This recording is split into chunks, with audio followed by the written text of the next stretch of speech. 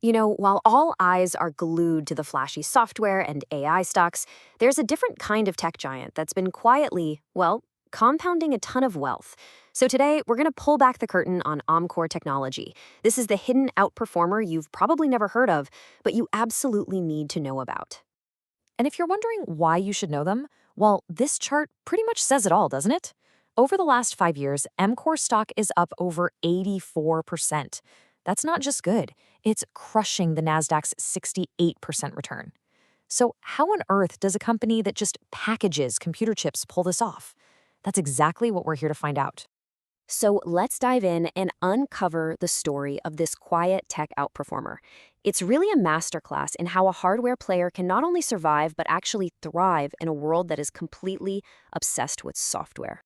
To really understand Amkor's success, you first have to get the brutal world that it lives in. See, the semiconductor industry is famous for these massive booms and then these gut-wrenching busts. Amkor just survived the latest tech winter, and honestly, how they did it is pretty remarkable. And this slide right here is the perfect picture of that industry roller coaster. You see, the climb, revenue soaring to over $7 billion during the pandemic. Then, boom, the trough, as the market cooled off. But the really crucial part is that rebound on the right, with revenue projected to climb right back up to $6.7 billion. The hardware winter is officially thawing out. So naturally, when revenue dips, profits are going to feel the squeeze. You can see the margins peaking back in 2021 before getting compressed. But hey, look closer. Even at the absolute bottom of the cycle, their net margins stayed above 5.5%. I mean, they took a hit for sure, but they stayed fiercely profitable. That proves they have some serious control over their costs and their pricing. So how'd they do it, right? How did they stay so profitable and so stable? Well, this brings us to Amkor's real superpower, its financial foundation. This isn't just a company, people, it is a fortress. Look, forget all the accounting metrics for just a second. Cash is reality. An Amkor is an unstoppable cash generation engine. Just look at that blue line. That's free cash flow. It never, not once, dips below zero. Even in the absolute worst year of the tech winter, this company was still printing hundreds of millions of dollars in cash.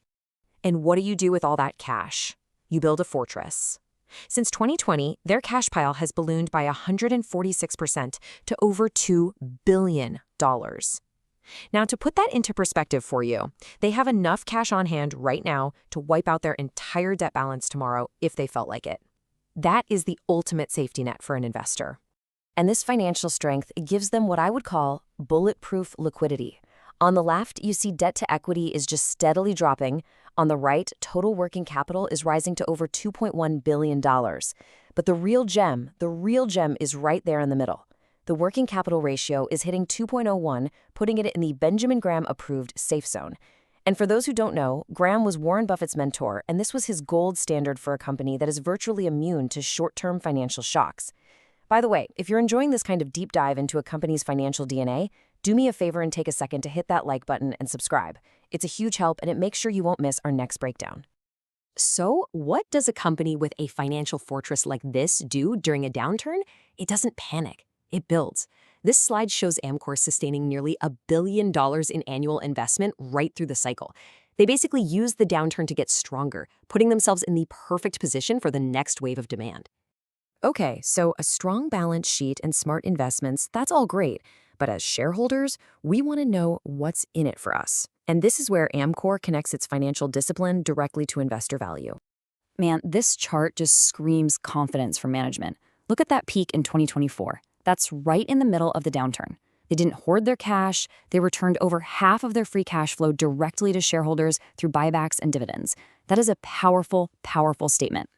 But hey, let's be balanced here. It's not a perfect story. Efficiency metrics like return on equity, they took a major hit from those crazy unsustainable pandemic highs.